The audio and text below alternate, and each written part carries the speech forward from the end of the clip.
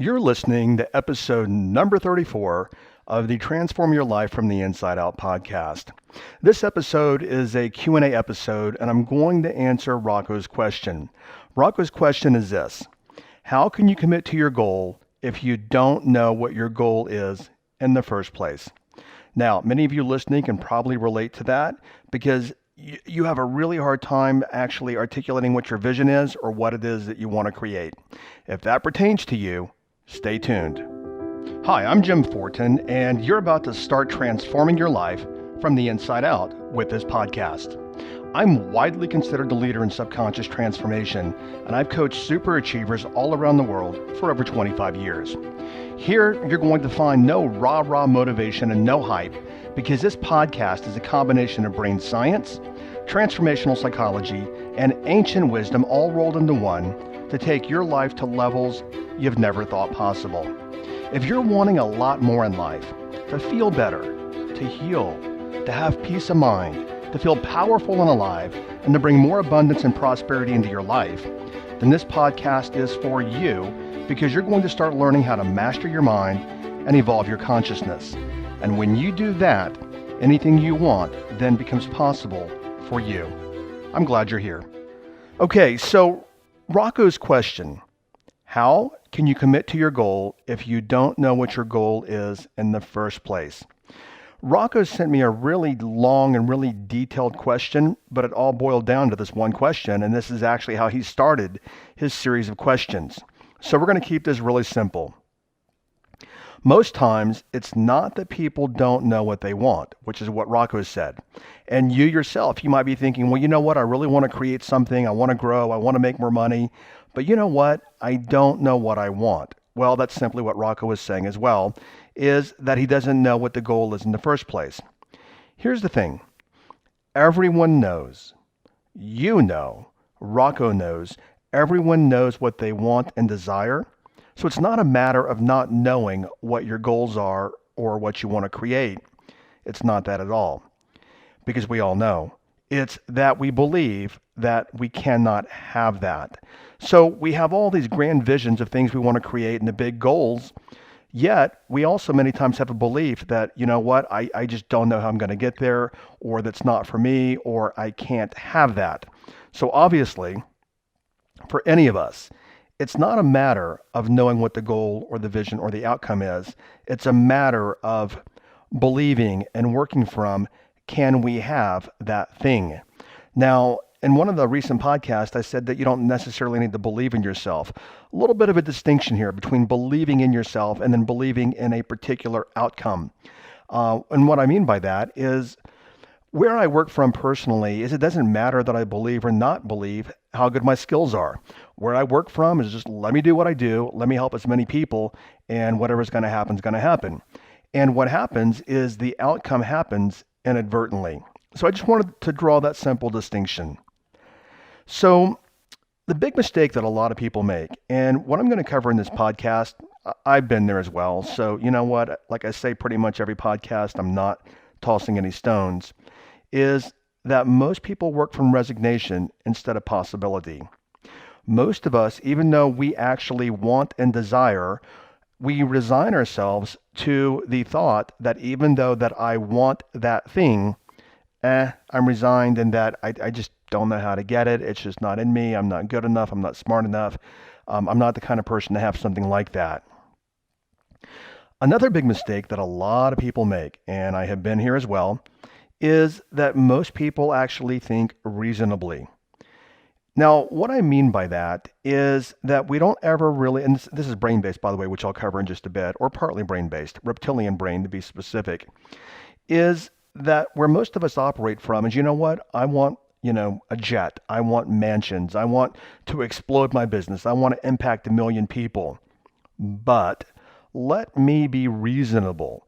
And if I'm reasonable about it, then you know what, I just don't know how I'm going to make that happen. What we also do, and I'm going to come back to that in a moment, what we also do is that many of us have been conditioned to work from circumstance. And I know I've said this before, and I'll say it again because it's life-changing when we get it. Anytime that you say, I don't have enough time, I don't have enough energy, and I don't have enough money, In that moment, you're working from circumstance. And when you work from circumstance, you repeat your circumstances. To give you an example of that, as you may or may not know, for many years, I've been out, doing what I do for 25 years, but for 20 years of that, I predominantly taught subconscious persuasion and influence. And I worked predominantly with selling professionals. And candidly, I've worked with some of the highest producing selling professionals in the world. I mean, at some companies and some industries, I've coached the number one person at the company. But here's what I see a lot of, and especially low producers, and this is the reason they're low producers. I've seen many selling professionals just over and over and over again. I see it. I used to see all the time where people would say, you know what, Jim, I really want to increase my sales. I want to make more money, but I can't afford to go into your training and coaching programs. Well, in that moment, that person is literally working from circumstance. And then the very next year, they make the same amount of money or less. Plus, they lose the opportunity cost of all the money they didn't make because they didn't sharpen their skills. And, I'm going to be candid. I've been there myself. And I'm going to slow down here and say it again. I really want you to really absorb this, is that when we work from circumstance, not enough time, not enough energy, and not enough money, we repeat circumstance. But here's something that a lot of people never look at. Is they never step back and say, you know what? I am getting into self-deception, because that's literally what you're doing. Most people, and guys, when I use the words, like most and many, I'm very cautious about using those words. As you already know, I've done this for a lot of years. I mean, I've taught all over the world, traveling and to all kinds of people. I mean, all the way from royalty, quite literally, in Europe, to, the top producing salespeople at the largest real estate company in the United States. I've coached their number one, actually, certain kind of selling position multiple times. And I just see it over and over and over again, is that people will say they want to create something different, but they will do nothing different. They will be nothing different, but yet they have this self-deception that in some way, like somebody's going to wave a magic wand, abracadabra, and boom, things are going to change. That is self-deception, and it's also irresponsible, because the success you have in life, or what you don't have, is because you have not been responsible for creating it, or you have been irresponsible in creating it. Okay, next thing I want to talk about is, which I just opened up a little earlier, is reasonable. Our parents, for many of us, and mine did, my parents actually, my father in particular, had really poor money prosperity consciousness. And anytime that even when I wanted to go to college, and there was a recession in the early 80s, even when I wanted to go to college, and I did go to college, and I graduated 2 degrees, 4 years, private school, very good school. My father said to me, he says, you know what, you have to realize, son, that it's a really depressed economy right now, which was the early 80s. I went to college from 83 to 87. And he says, you know what, you need to be more reasonable and realistic about where you want to go to college, which, by the way, he never gave me a penny for college anyway. But that's where he thought from, and I was conditioned that way my entire life, is to be reasonable. Now, let me show you, and by the way, people who change the world, they're not reasonable at all. I don't know what device you're listening to this on, but for example, do you think that Steve Jobs was reasonable? Do you think the Wright brothers were reasonable? Do you think Bill Gates was reasonable? But that's where we're taught to work from. And then what I see in sales is, here's the thinking. I'm going to kind of just mimic the thinking of most selling professionals. Most people will say, you know what? Okay, I made $125,000 last year. Now, if I made $125,000, I can make $140,000 this year. Yeah, that's a good idea. That sounds good, $140,000. And then they actually probably don't hit $140,000. They will hit like $138,000 or something like that. The very next year, they'll say, you know what? I made $138,000 this year. Yeah, I can make $150,000 next year. And they inch up and they stair step by step by step. Where these people are working from, number one, is they're actually not working from possibility. They're working from resignation. And here's something that you might not have heard people say before. They are also working and they are living from their past. Anytime that you say, you know what, last year I made XYZ, this year I can make XYZ plus, you are in that moment working from your past. And when you work from your past, you stay trapped in your past. Also, about possibility. A metaphor that I use also is if you've ever been, for example, to the Four Seasons. It's a hotel, restaurant, very very. I think it's 4 star. And many times when I lived in parts of Dallas, we would go for business lunch, $75 a head. This buffet had anything you wanted for the most part, from king crab legs to lobster to just about everything. That's why it was $75 a head. And the way that most people live their lives is I metaphorically say, hey, let's go to the Four Seasons for lunch.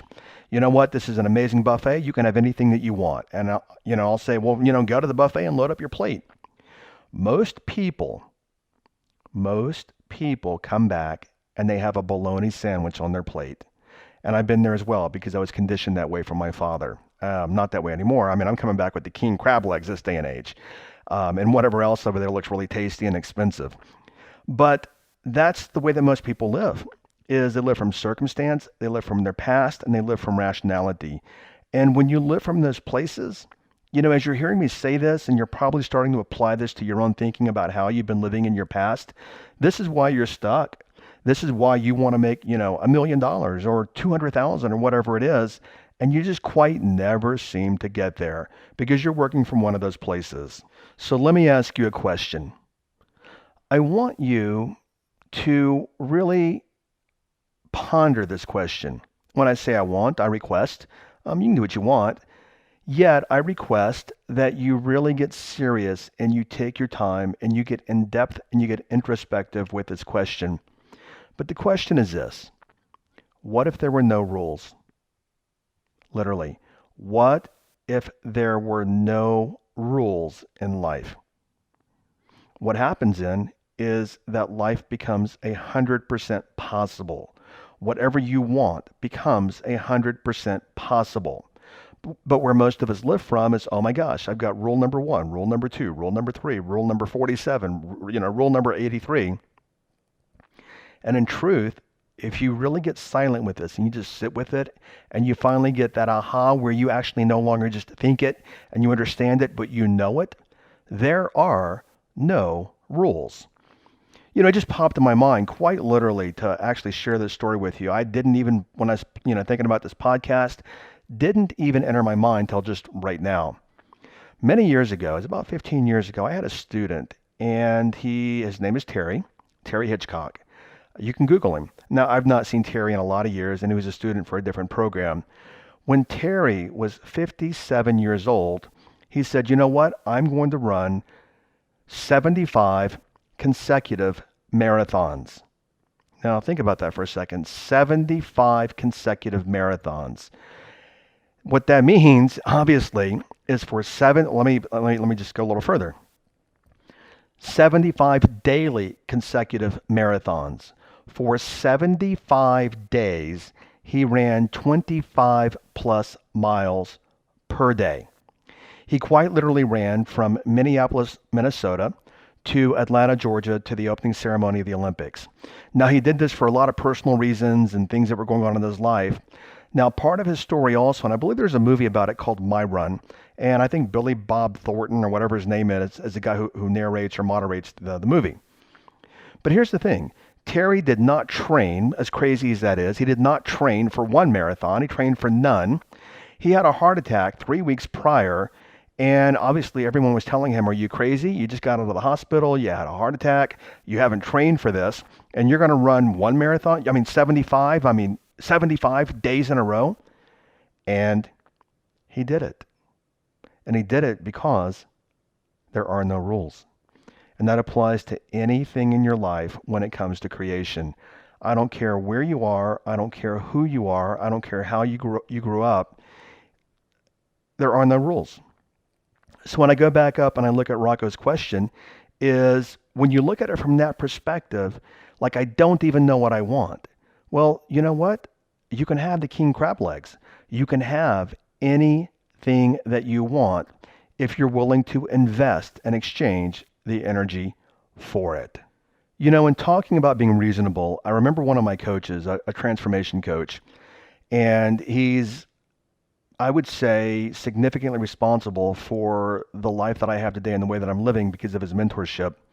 But he said one time to me, and he actually was a very affable guy, and he said this in a joking way, but a serious way.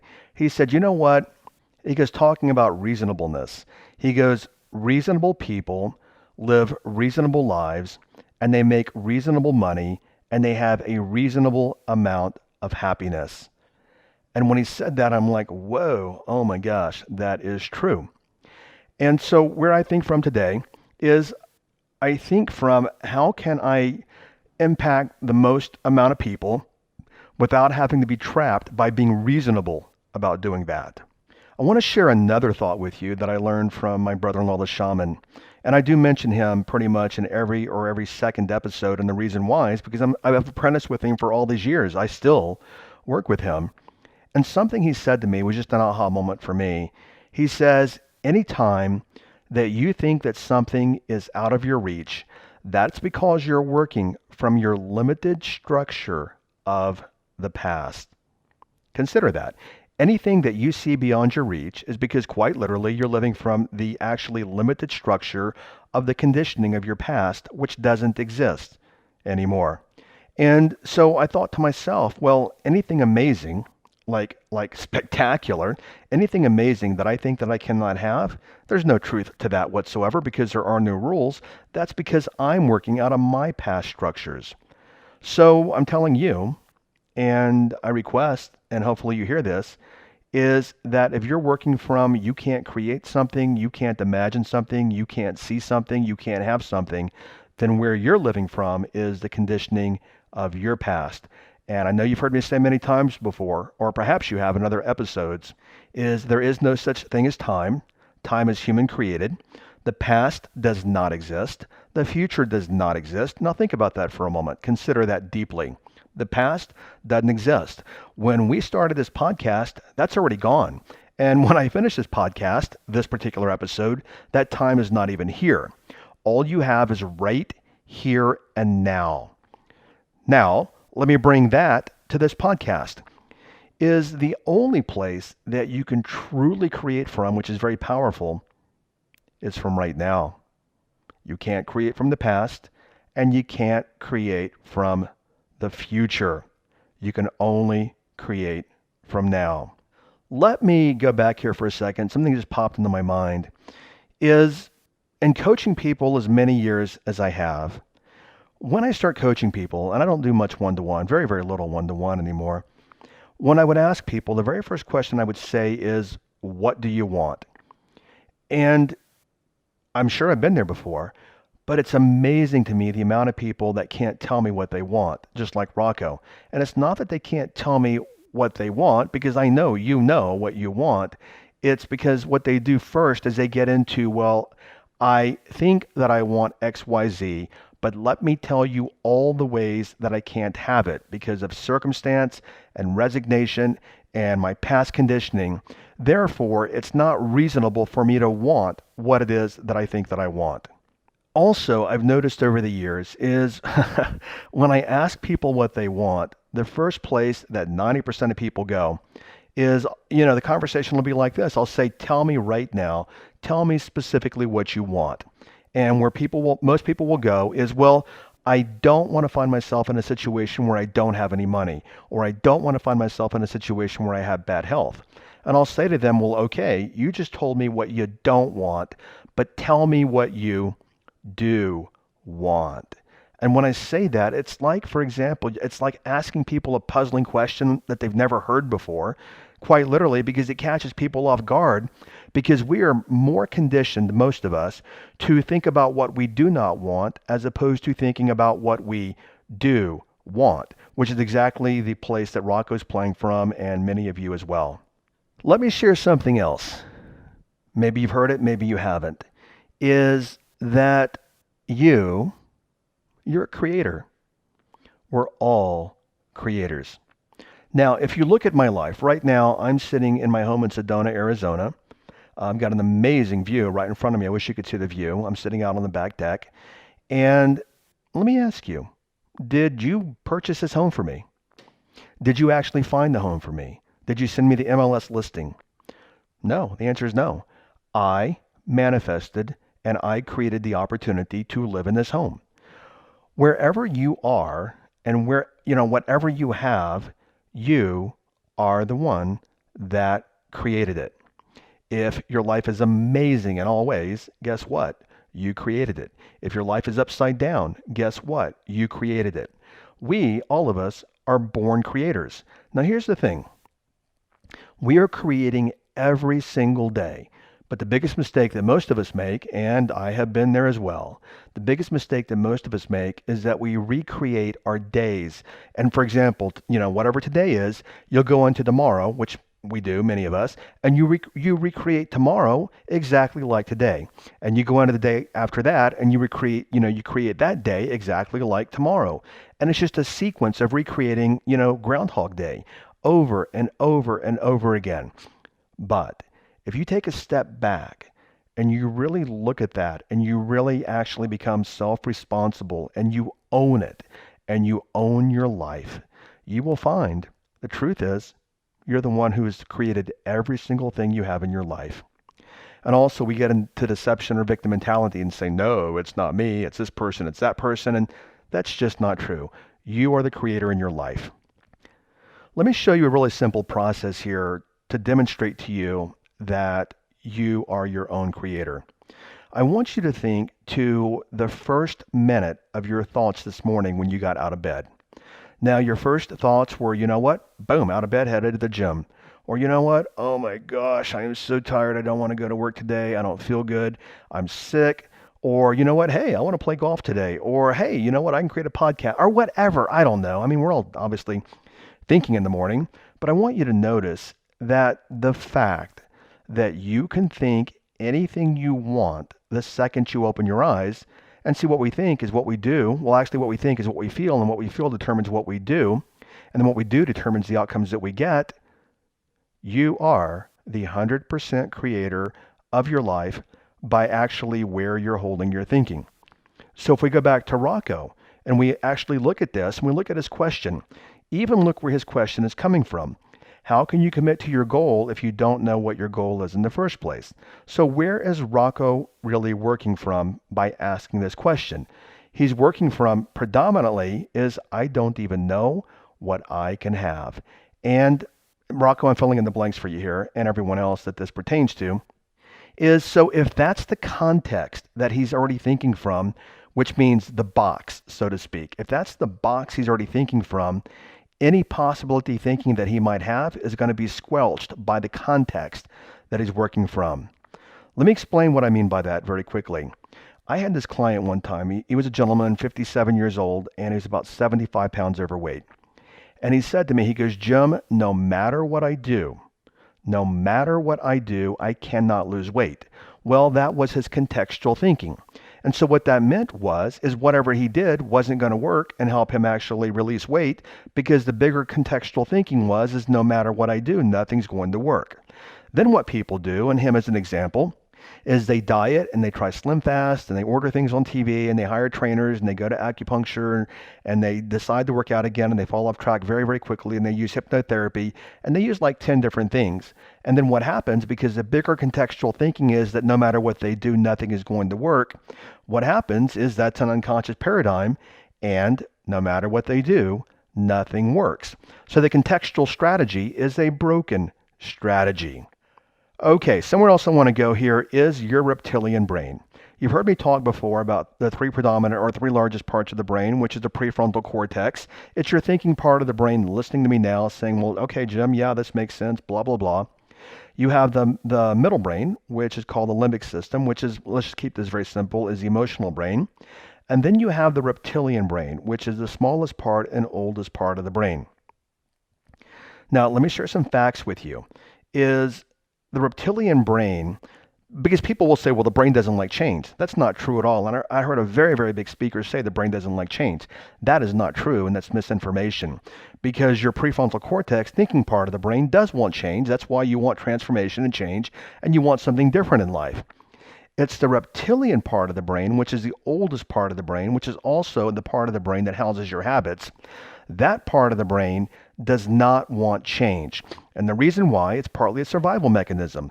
That part of the brain actually values predictability. which I've never read this anywhere, but if I just think through this, is predictability is partly hardwired in the brain. And the reason why is that many years ago, when we had to run from saber-toothed tigers, we're hunters and gatherers and we've got to leave the cave, we wanted a certain amount of predictability that guess what?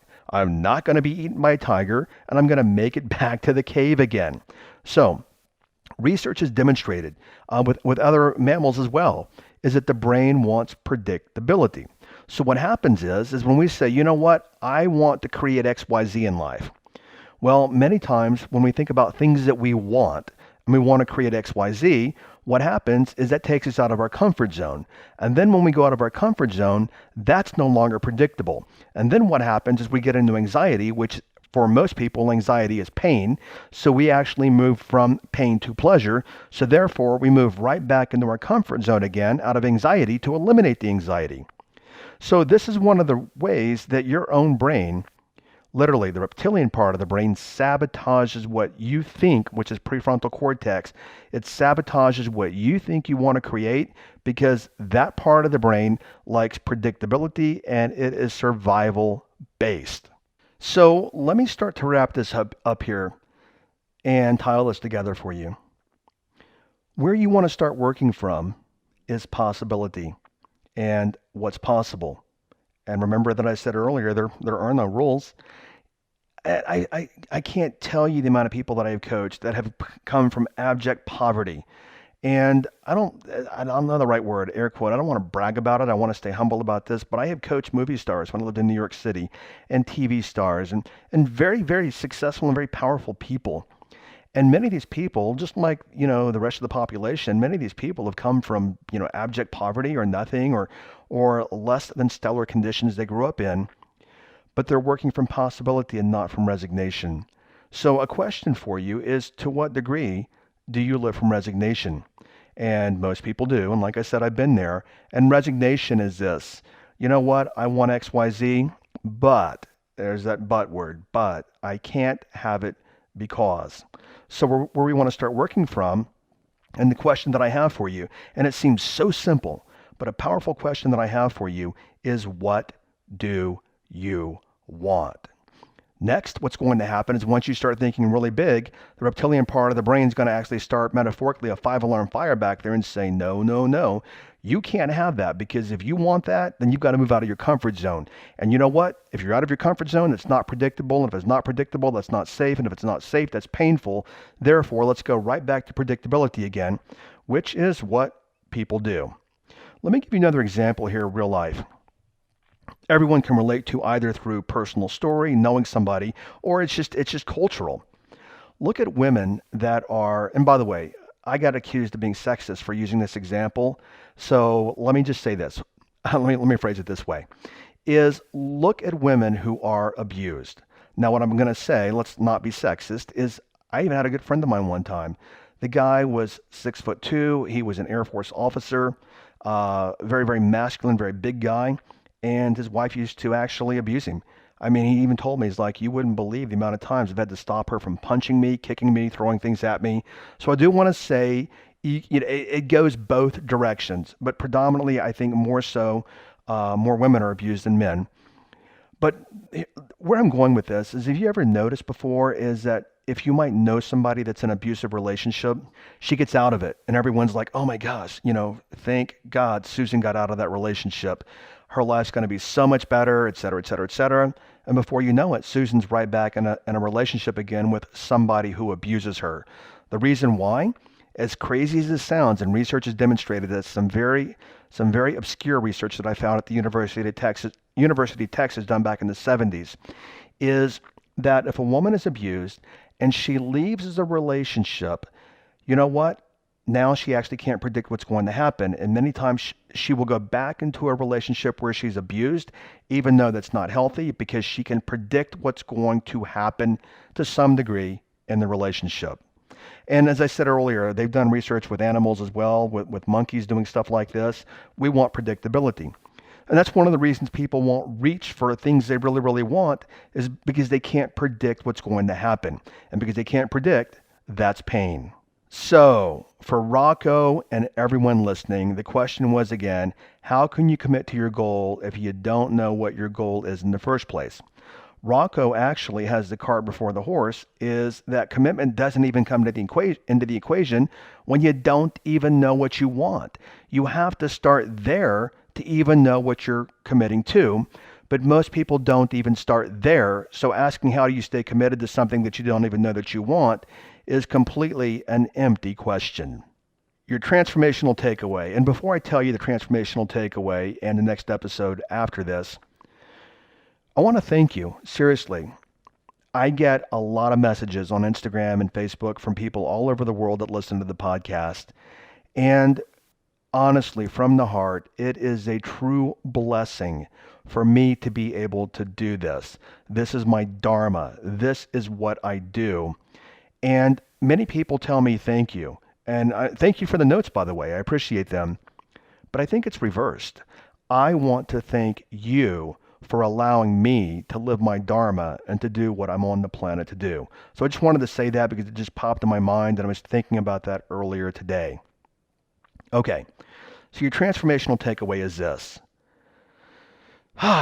Big sigh. What do you want? Not what do you think you can have, but what do you want? Now, I don't know what you're doing right now. Maybe you're in the car. Maybe you're in the hot tub. I don't know. Maybe you're at the gym. But take some time and get intimate with this question.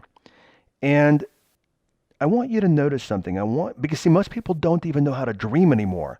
Because see, dreaming's not reasonable, air quote. Why? Because we're not like that. Other people can't have that.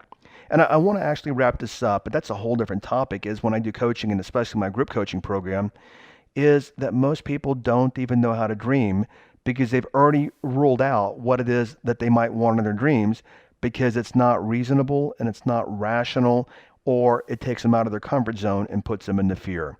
So the question to get intimate with again is, what do you want? Okay, the next episode coming up is one that my heart is very much in, and it's going to correlate to, I believe, the last episode of James Wedmore on Ayni, A-Y-N-I, which is Incan for the ancient reciprocity of life. This is the law of life. What you put out with an open heart is what you get back. And I'm going to just be transparent, as I say, is I used to be very stingy with what I'd put out. And I don't know if that came out the right way. I've always been somebody that wants to help people. But I always used to work from, you know what, I will help other people with my time or my energy or my money after I help myself. And I worked from that way for a lot of years, and that is not Ayni. And when I started working from, let me serve my target market with an open heart, let me serve, that is when, boom, the doors blew off and my business really, really, really exploded. So the next episode is going to be my take and me sharing more on the concept of Ayni. Okay, thanks for listening, and I'll catch you on the next episode. Bye-bye. Thank you for listening to this entire podcast. If you're the kind of person who likes to help others, then share this with your friends and family. You know, if you found value, they will too. So please share via your social media channels. Also, if you have questions, I'm here to assist. You can email me questions to support@jimfortin.com, and I may even use your question for a future podcast episode. Also, if you want transformational content like this daily, connect with me on Instagram. My Instagram name is I am Jim Fortin. Finally, I do have a personal request. I believe that we're all here to help others and to grow and evolve ourselves. Together, you and I, let's help more people. If you would please leave a review on iTunes, and a good one, by the way. I'd be grateful, and through your assistance together, we can transform more lives. Thanks for listening.